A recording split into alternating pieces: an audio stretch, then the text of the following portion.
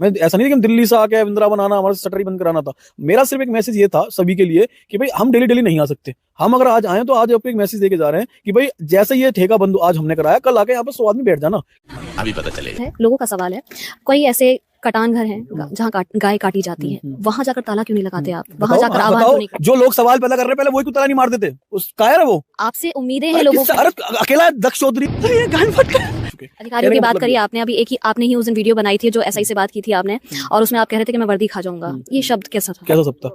आप मेरी बात सुनिए ना, अगर आज ये जो मेरे वर्ड थे कि अगर वो कोई सामने वाला इंसान, आप बहुत नेक पत्रकारिता हो, है ना, कोई आप पे रिश्वत का आरोप लगाए कि तू आपको किसी जवाब देने के तरीके और भी तो हो सकते हैं, जवाब कानूनी तरीके से भी तो जवाब। मेरी बात सुनिए, फंस गया सी और दे दीजिए, अभी मैंने एक खबर चलाई है जिसमें धीरेन्द्र शास्त्री आज से 8 महीने पहले, जिनके आह्वान पर आपने ये सब किया, 8 महीने पहले मथुरा आते हैं, एक शराब पार्टी का उन्होंने उद्घाटन किया था।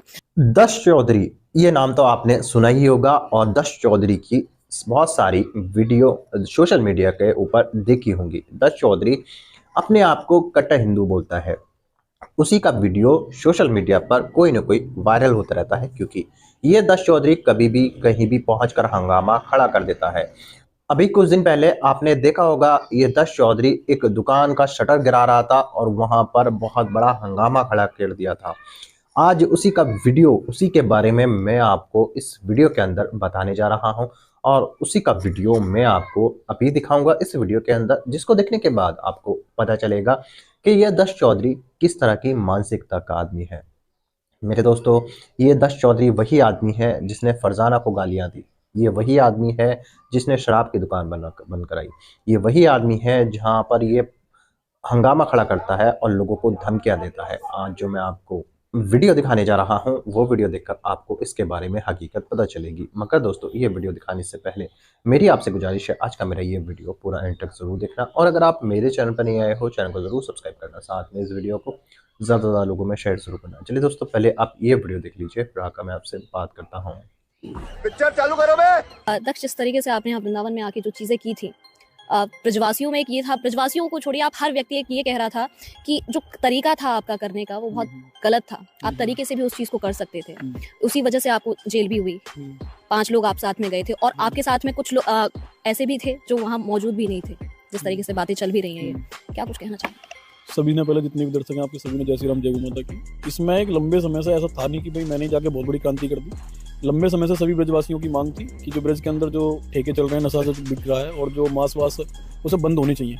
अच्छा, बहुत पहले भी महात्मा संतों ने आवाज उठाई है, इतने बड़े मन से आह्वान करना धीरेन्द्र शास्त्री जी महाराज का, और उनकी एक पीड़ा भी थी कि भाई चलो कुछ नहीं करा सकते, कम से कम जहाँ से प्रेमानंद महाराज जी निकलते हैं, जो सूनक रोड पर थाना जो वो बना हुआ है, ठेका जो बना हुआ है, कम से कम वो तो बंद करवाओ। ठीक है, तो हमने सिर्फ यही सोचा, मतलब भाई जब इतने लंबे समय हो गया, फिर अगर प्रशासन ये कहता है कि संवैधानिक तरीके से चीजें होनी चाहिए, व्यवस्था बिगड़नी नहीं चाहिए, और उसके बाद भी कोई समाधान ही निकल रहा, तो इसका मतलब यही है कि भाई कहीं ना कहीं सारी चीजें फिर मिलजुल के हो रही है। सब प्रशासन की दिख नहीं रही प्रशासन की कि भाई कहाँ क्या चल रहा है। हमने शटर सिर्फ इसलिए बंद करवाया था कि भाई हमें सिर्फ एक मैसेज देना था कि भाई अगर आज हम शटर डाउन कर दिया हमने, तो यही काम चाहते तो ब्रजवासी हमसे पहले कर देते। मगर क्यों? हमें ऐसा नहीं कि हम दिल्ली से आके इंदिरा बनाना, हमारा शटर ही बंद कराना था। मेरा सिर्फ एक मैसेज ये था सभी के लिए कि भाई हम डेली डेली नहीं आ सकते। हम अगर आज आए तो आज आपको एक मैसेज देके जा रहे हैं कि भाई जैसे ये ठेका बंद आज हमने कराया, कल आके यहाँ पे 100 आदमी बैठ जाना कि भाई अब ये ठेका खुलेगा नहीं, और ठेका जब तक नहीं खुलेगा, जब तक ये ठेका यहाँ से ट्रांसफर नहीं होगा। हमारे मतलब आपको मत सिखा, चल। मैंने ये तो कहा नहीं कि भाई जिसने वो, मैंने उसकी भी सुनी, जो ठेके का मालिक था जिसने FIR कराई, मैंने 72 लाख रुपए का टेंडर देके टेंडर लिया मैंने।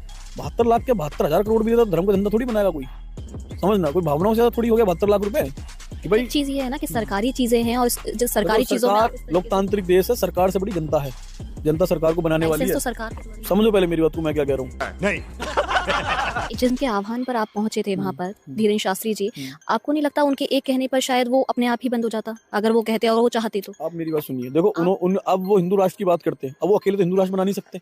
उन्हें उम्मीद किससे है? नौजवान से, सारे सनातनियों, सारे हिंदुओं से। तो वो तो आह्वान ही, तो एक संत का काम होता है जगाना, हमारा काम है जगना।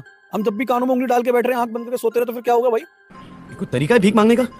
हमने वो काम करा ना, अगर उन्होंने आह्वान करा, उनके अंदर पीड़ा थी, तो हमने जाके सिर्फ ये करा कि भाई कम से कम ये ठेका तो बंद होना चाहिए, ये ठेका बंद भी ना हो, ट्रांसफर होना चाहिए वहां से वो।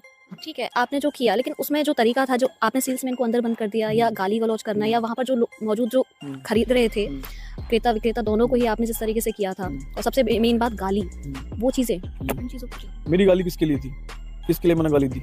मेरी गाली उनके लिए थी जो वहाँ पे दारू बेच रहा था, जो दारू खरीद रहा था, उसके लिए थी। और मेरी गालियों में इतना कौन से तीर, इतना कोई गोली तो थी जो किसने लग गई जाके। तुम्हारे जैसे लोग इस देश के लिए श्राप है। भाई मैं हमेशा एक चीज कहता हूँ, थोड़ा सा क्रोध मेरे अंदर हो जाता है चीजों को लेकर, भाई ज्यादा अग्रेसिव हो जाता हूँ, पर मेरी भावनाएं गलत नहीं होती। आपकी बातों को लेकर मैंने कई लोगों से सवाल किया और आज आपसे बात कर रही हूँ तो आपसे भी सवाल करना चाहूंगी। वहाँ आप कह रहे थे ब्रजवासियों पर धिक्कार है। धिक्कार नहीं बोला मैंने धिक्कार नहीं कहा। मैंने कहा जो मथुरा के अंदर, जो ब्रजवास के अंदर लोग रह रहे हैं, उनको शर्म आनी चाहिए। हरामी मानुस 2 दिन में पलट गया। धिक्कार में और शर्म में बहुत बड़ा अंतर है। शर्म इसलिए आनी चाहिए कि आप लोग जन्मभूमि में पैदा हुए, और उसके लिए अगर किसी को बुरा लगा, मैं फिर आपके माध्यम से उनसे माफी मांग रहा हूँ। अपनों से माफी मांग लूंगा मैं, पर गलत से माफी नहीं मांगूंगा। समझ रहे हो? समझ रहे हो? कुछ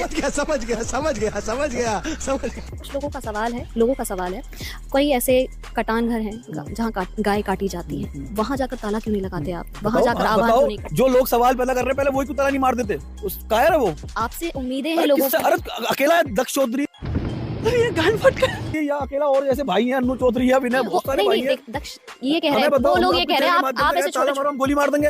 वो लोग ये कह रहे हैं आप इतने छोटे-छोटे काम क्यों कर रहे हैं? बड़े काम क्यों नहीं करते? क्या बड़ा करना चाहते हो बताओ? लोगों का कहते हो नहीं। और जिस तरीके से मैंने अभी क्या पूछा, गाय कटान जो चल रहे हैं, वहाँ पर जाकर आप क्यों नहीं आंदोलन करते हैं? वहाँ क्यों नहीं ताला लगा? फंस गया सी है। तो मैं आपसे ये कह रहा हूँ कि आप जगह तो बताओ। जो लोग आपसे क्वेश्चन कर रहे हैं कि इतने बड़े कटान चल रहे हैं, कौन से बुजुर्ग खाना चल रहा है बताओ? अभी मैं गाली नहीं दे सकता। नहीं, गाली नहीं देना। फैमिली देखती है, वरना मैं ऐसे गाली दूं, ऐसे गाली दूं ना, जिंदगी भर याद रखेंगे। तो दोस्तों, जैसा कि आपने देखा, इस महिला पत्रकार ने सही सवाल किया है। मतलब और जगह बूचड़खाने चल रहे हैं और भी जगह ऐसे काम हो रहे हैं, वहां पर आप क्यों नहीं जाते, यहीं पर आप क्यों करते हैं? लेकिन इनका सीधा यही है कि जगह तो बताओ। अबे जगह जाकर तो ढूंढना। और वैसे भी कितनी जगह न्यूज आती है कि ऐसा हुआ वैसा हुआ, तो वहां तो ये जा नहीं पा रहे। और इनके खुद हिंदू भाई ऐसा कर रहे हैं, कुछ लोग तो ऐसा कर रहे हैं, लेकिन इनको दिखाई ही नहीं देता वो। लेकिन जो सिर्फ मुस्लिम वगैरह या कुछ ऐसा करते हैं तो वो इनको दिखाई देते हैं। तो ये सब दोगले लोग हैं। इनकी ही सरकार में, बिहार में गौ हत्या हो रही है इतनी, मतलब वहाँ पर इनको दिखाई नहीं देता है। अधिकारियों की बात करिए आपने, अभी आपने ही उस दिन वीडियो बनाई थी जो एसआई से बात की थी आपने, और उसमें आप कह रहे थे कि मैं वर्दी खा जाऊंगा। ये शब्द कैसा था? आप मेरी बात सुनिए ना। अगर आज ये जो मेरे वर्ड थे कि अगर वो कोई सामने वाला इंसान, आप बहुत नेक पत्रकारिता हो, है ना, कोई आप पे रिश्वत का आरोप लगाए कि तू आपको किसी जवाब देने के तरीके और भी तो हो सकते हैं। जवाब कानूनी तरीके से भी तो जवाब। मेरी बात सुनिए, कानूनी तरीके से वो भी दूंगा। मैं वो भी दूंगा। अच्छा।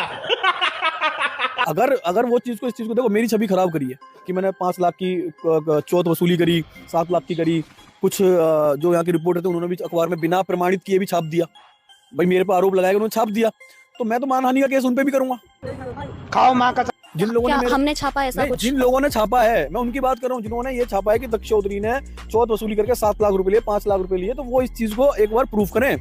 और जिनकी वजह छापा, जैसे मेरी जो अभय कुमार शर्मा थे, उनसे जब मेरी बात हो रही थी, उन्होंने छुटते ही कहा कि मेरे पास वीडियो है कि उसके अंदर तुम पैसे मांग रहे हो। मैं दो प्रूफ करो इस बात में। और मैं जनता से पूछना चाहता हूँ, और बाकी पुलिस कर्मियों से, जो मेरे भाई हैं, बहुत अच्छे भी हैं प्रशासन के अंदर, कि मेरी एक वीडियो देख ली कि मैं जिसमें कहती मैं वर्दी खा जाऊंगा। एक वीडियो मेरी वो भी देख लो जिसमें मैंने एक दिल्ली पुलिस के जवान को एक्सीडेंट से उठाकर सीधा हॉस्पिटल लेके उसकी जान बचाई। पुलिस से दुश्मनी थोड़ी है मेरी। हमारे मतलब आपको मत सिखा, चल। सो दोस्तों, अभी तक आपने जो वीडियो देखा है, वीडियो का ट्रेलर देखा है, पिक्चर अभी बाकी है। और अब जो सवाल करने वाली है ये महिला पत्रकार, तो धीरेंद्र शास्त्री को लेकर सवाल करने वाली है, और जिसको लेकर के ये नकारता रहेगा कि ऐसा नहीं बोल सकते, ऐसा नहीं कर सकते, जबकि बाबा ने वो किया है। और इस महिला पत्रकार ने भी खुलकर बताया कि मैंने खुद वो न्यूज़ चलाई थी, लेकिन आप मानने को तैयार नहीं है।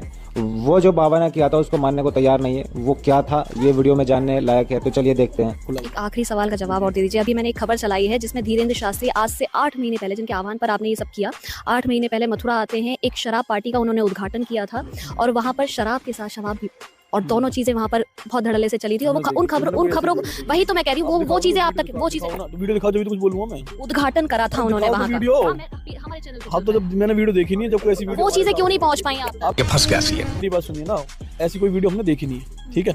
और दूसरी बात ये, धीरेंद्र शास्त्री महाराज जी के बारे में बोलने से पहले आप ऐसा देखो, वीडियो आज से AI का जमाना है। उस खबर को नहीं, पूरे मथुरा ने चलाया था, हर पूरी मीडिया ने चलाया था। मैंने स्पेशल नहीं चलाया था कि मैंने अकेले चलाया, पूरी मीडिया ने चलाया था। क्या चलाया था उसने? कि महाराज जी पार्टी कर रहे हैं। महाराज जी ने आकर के ऐसी पार्टी का उद्घाटन किया। महाराज जी ने करा था उद्घाटन, ऑर्गेनाइजर महाराज जी थे। बात कर रहे हो संत महात्मा अपनी इतना बड़ा नाम, इतनी बड़ी पद की नहीं। आप तो, मैं भी जवाब ही दे रहा हूँ ना। भ्रमित करने वाली बातें पब्लिक को, जनता को। अगर मेरी बात सुनिए, अगर आपकी छवि समाज के अंदर, अगर आप ठेके माफिया हो, आप दारू माफिया हो, अगर महाराज जी को आपने बुला भी लिया तो महाराज जी थोड़ी ठेके चलवा रहे हैं। या महाराज जी गुंडे हो गए? कोई भी आदमी, वो तो संत आदमी किसी जाके गेट पे खड़ा हो सकता है जाके? तुम्हारे जैसे लोग इस देश के लिए श्राप है। नहीं तो दोस्तों देखा आपने ये वीडियो, मुझे पूरी उम्मीद है ये वीडियो देखकर आपको दश चौधरी के बारे में पता चल चुका होगा। दोस्तों आपकी क्या राय है इस वीडियो के बारे में मुझे कमेंट करके जरूर बताना। दोस्तों आज की वीडियो में बस इतना ही, मैं फिर मिलूंगा ऐसे ही दूसरी वीडियो के साथ। तब तक के लिए सलाम, नमस्ते, जय हिंद।